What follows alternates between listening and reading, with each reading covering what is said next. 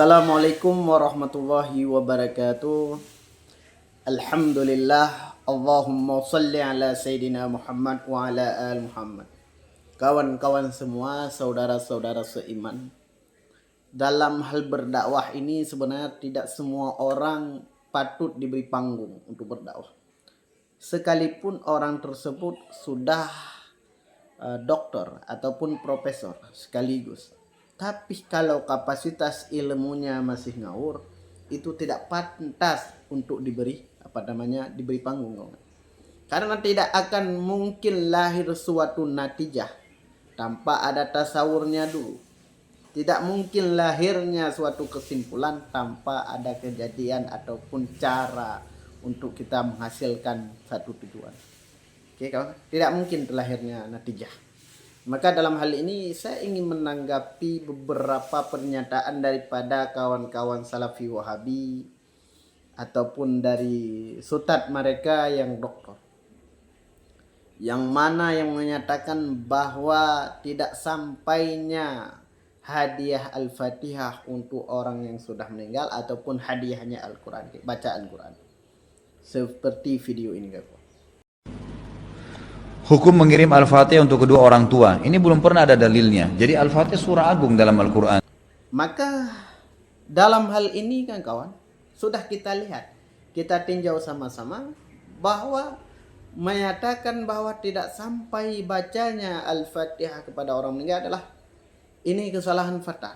Kenapa? Karena para ulama-ulama sudah sepakat bahwa sampai. Lah datang ini orang mengatakan tidak sampai. Berarti dia menyalahi dengan ittifaq, dengan ijma' para ulama yang sudah menyatakan bahwa sampai. Maka kan kalau orang berbicara tanpa referensi, tanpa hujah, itu bahaya, kawan. Karena berbicara tanpa hujah, tanpa referensi sangat bahaya. Kalau dia mengatakan tidak akan sampai, itu bertentangan dengan para ulama sebenarnya. Maka coba kita lihat dulu. Dari sisi ini ternyata sudah diamalkan sejak dahulu seperti yang disampaikan oleh mazhab Hambali, kan kawan. Nah, contoh Ibnu Qudamah, beliau mengatakan dalam kitab Al-Muqni ini, beliau fa innahum fi kulli asrin wa misrin yajtami'u wa yaqra'una al-Qur'an wa yuhduna sawabahu ilal mautahum min ghairi nakirin. Oke? Kaum muslimin, fa innahum, mereka kaum muslimin di setiap masa di kota berkumpul membacakan Al-Quran. Lalu mereka menghadiahkan pahalanya untuk keluarga mereka yang meninggal. Min ghairi nakirin, dengan tanpa pengingkaran. Ini kan Ibnu Qudamah yang mengatakan. Oh, ingin membantah perkataan ulama. Karena Anda seorang doktor dari Madinah. Ini konsepnya kayak mana, kawan-kawan? Oke. Maka dalam hal lahirnya natijah perlu tanya tasawur, kan? Oke. Jangan hanya mudah karena seorang itu yang doktor, gelarnya doktor, tapi sok-sok berbicara bahwa dialah orang yang paling hebat. Ini konsepnya salah, kan? Oke. Lalu sering kita lihat lagi kawan-kawan, mereka menyatakan bahwa baca surat Al-Fatihah itu sedikit-sedikit Al-Fatihah, sedikit-sedikit Al-Fatihah. Mereka sedang sedikit-sedikit Al-Fatihah, sedikit-sedikit Al-Fatihah. Coba lihat ini. Ini konsepnya kayak mana, kan? Bahwa dalam video dia sedikit-sedikit Al-Fatihah, sedikit-sedikit Al-Fatihah. Maka dalam hal ini saya akan memberi tanggapan dengan kalam ulama dalam kitab Matalib Ulian. Dalam kitab Matalib, kawan, dalam kitab Matalib dijelaskan begini. Qala Maruzi, qala Mawarzi, sebenarnya Mawardi kalau biasa kita sebutkan, ya.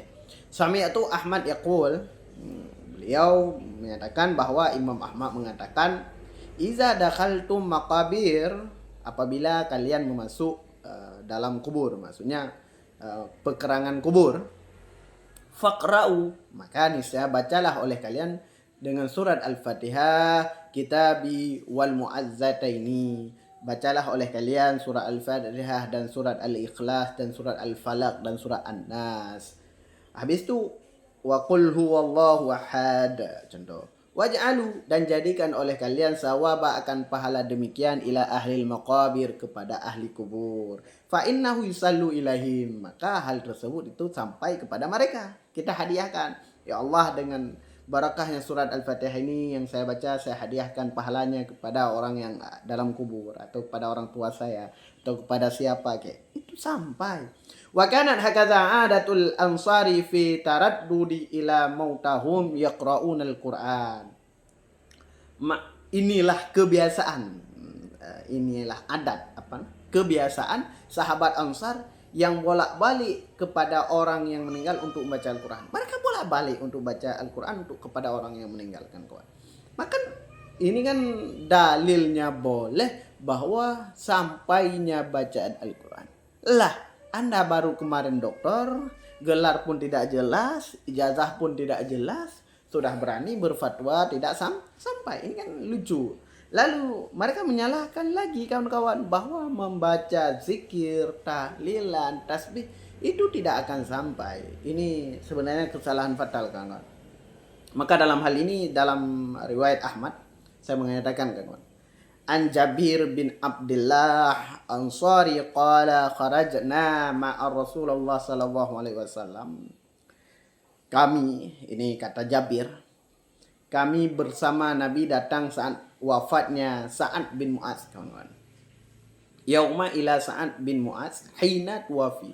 Qala falamma sallallahu alaihi wasallam, maka manakala sesudahnya manakala Nabi sallallahu alaihi wasallam wa wuzi'a fi qabri wa suwi'a alaihi sabha Rasulullah sallallahu alaihi wasallam fasabbahna tawilan summa kabbara fakabbarna. Setelah tanahnya ditutup oleh Nabi, maka Rasulullah membaca tasbih. Fasabbahna, maka kami pun membaca tasbih. Tawilan, yang lama, panjang kali kami baca tasbih. Summa kabbara fakabbarna, lalu Nabi bertakbir. Fakabbarna, maka kami pun bertakbir. Ya, sesudah dikubur, Nabi bertakbir, mereka pun bertakbir. Nabi bertasbih, mereka pun bertasbih. Kalau dalam riwayat Al-Hannad, riwayat Hannad, faja'ala yukabbir wa yuhallil wa yusabbih. Nabi membaca takbir dan tahlil dan tasbih. Ini kalau dalam riwayat Hannad. Maka lucu kalau Wahabi itu mengatakan. Nanti mereka akan berkomentar lagi begini. Siapa yang bertasbih? Siapa yang akan bertahlil untuk orang-orang yang meninggal itu sekaligus banyak? Contoh di apa tuh namanya? Palestina. Apakah kita harus datang satu-satu? Tidak. Ini saya jawab terus ya. Saya jawab terus karena otak-otak Wahabi ini kurang efektif sebenarnya untuk digunakan dalam hal agama. Sebenarnya maka sami'na wa ta'na saja. Tidak usah berfatwa-fatwa gitu. Maka kalau kita baca Al-Fatihah untuk banyak orang, ini dalam kitab Al-Fatawa Al-Kubra, maka di wasu'ila naf'allahu bihi amman marra bil maqratin faqara Al-Fatihah wa ahdaha lahum fahal tuqsamu bainahum aw yasillu likulli minhum mislu sawabiha kamislan fa'ajaba biqaulihi afta jam'un bisani wa huwal la'iqu bisi'atil fazli. Jika ada orang yang membaca, artinya gini kawan, dengan singkat terus, jika ada orang yang membaca lalu dihadiahkan ke ahlu kubur, apa yang dihadiahkan? Al-Fatihah, dibagi atau diberi sempurna. Maka Ibnu Hajar menjawab, di saat orang wasu'ila tadi bertanya, apakah ada orang baca lalu orang yang baca Al-Fatihah lalu dihadiahkan kepada ahli kubur? Maka Ibnu Hajar menjawab, ulama memfatwa kedua inilah yang sesuai dengan luasnya anugerah Allah Ta'ala. Kita membaca, ya Allah, dengan berkat surah Al-Fatihah ini saya hadiahkan kepada semua yang sudah meninggal. Itu bisa.